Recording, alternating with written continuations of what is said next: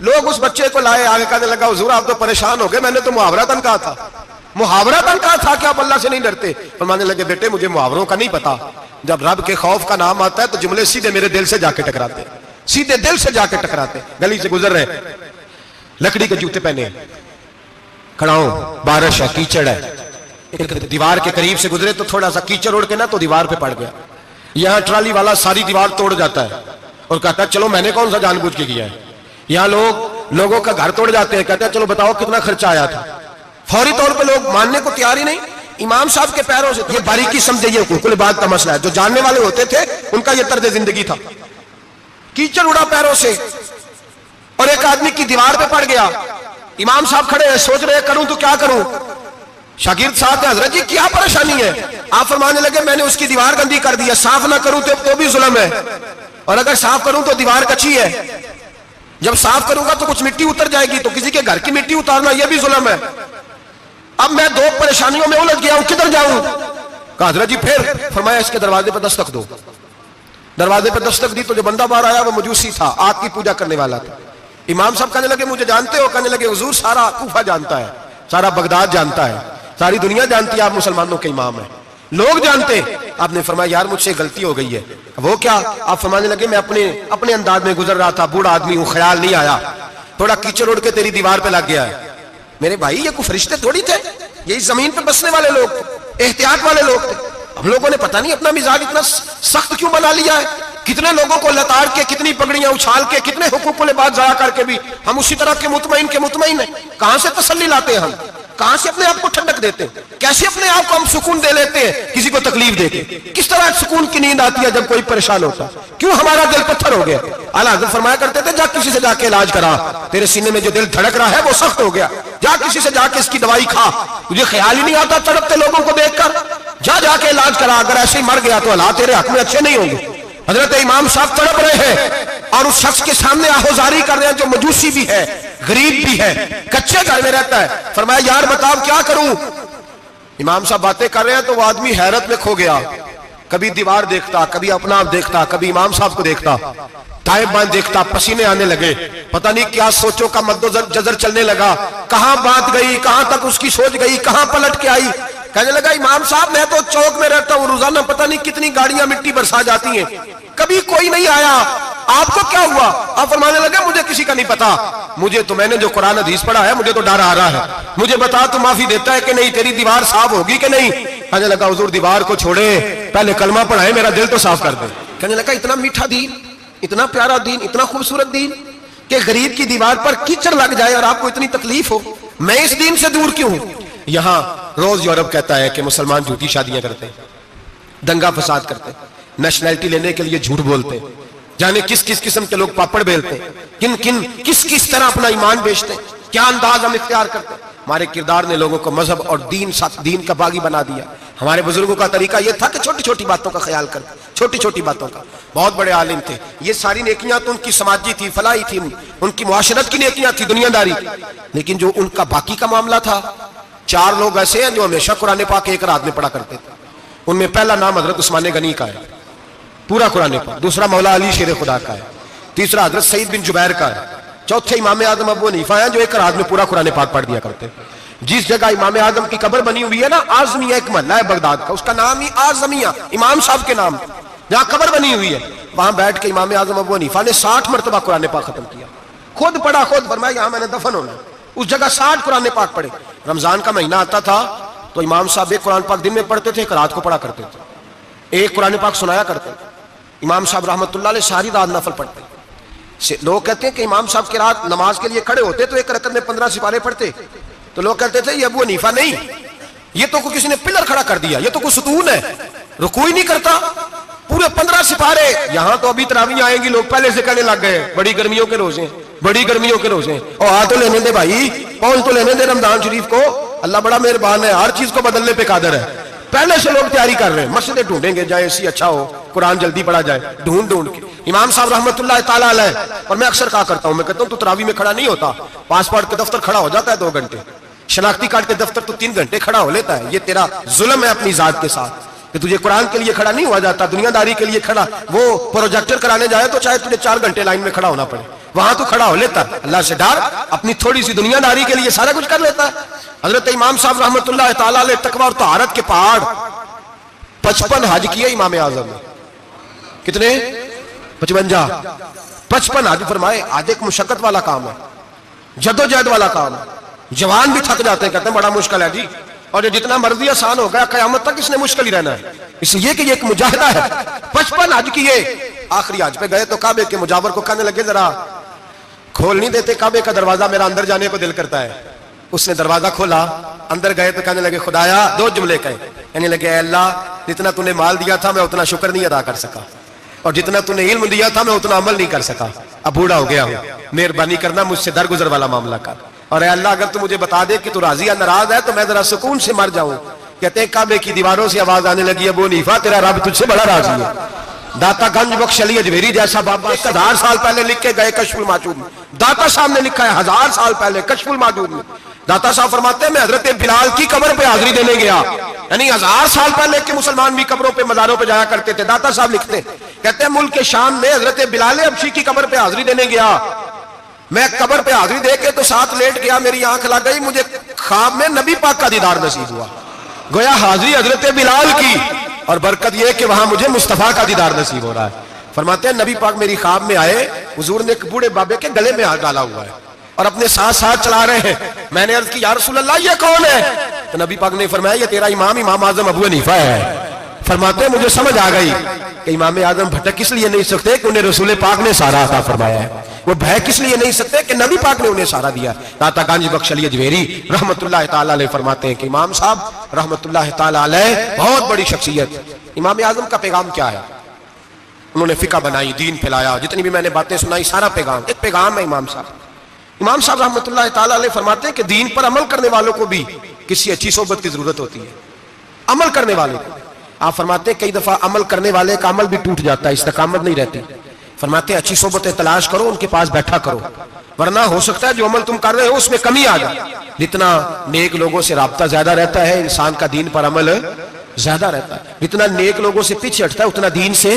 آپ فرمایا کرتے تھے اگر 2 سال نہ ہوتے جو میں نے امام جعفر صادق کی صحبت میں گزارے تو ابو حنیفہ ہلاک ہو جاتا۔ اپنے آپ کو رب کریم کے بندوں کے ساتھ لگا کے رکھے، جوڑ کے رکھیں۔ اگر ہمارا رب کریم کے بندوں سے رشتہ رہے گا تو قرآن و سنت سے رشتہ رہے گا۔ اللہ تعالی ہمیں ان بزرگوں کے نقوش سیرت پر عمل کی توفیق عطا کرے۔ آخر دعوانا ان الحمدللہ رب العالمین۔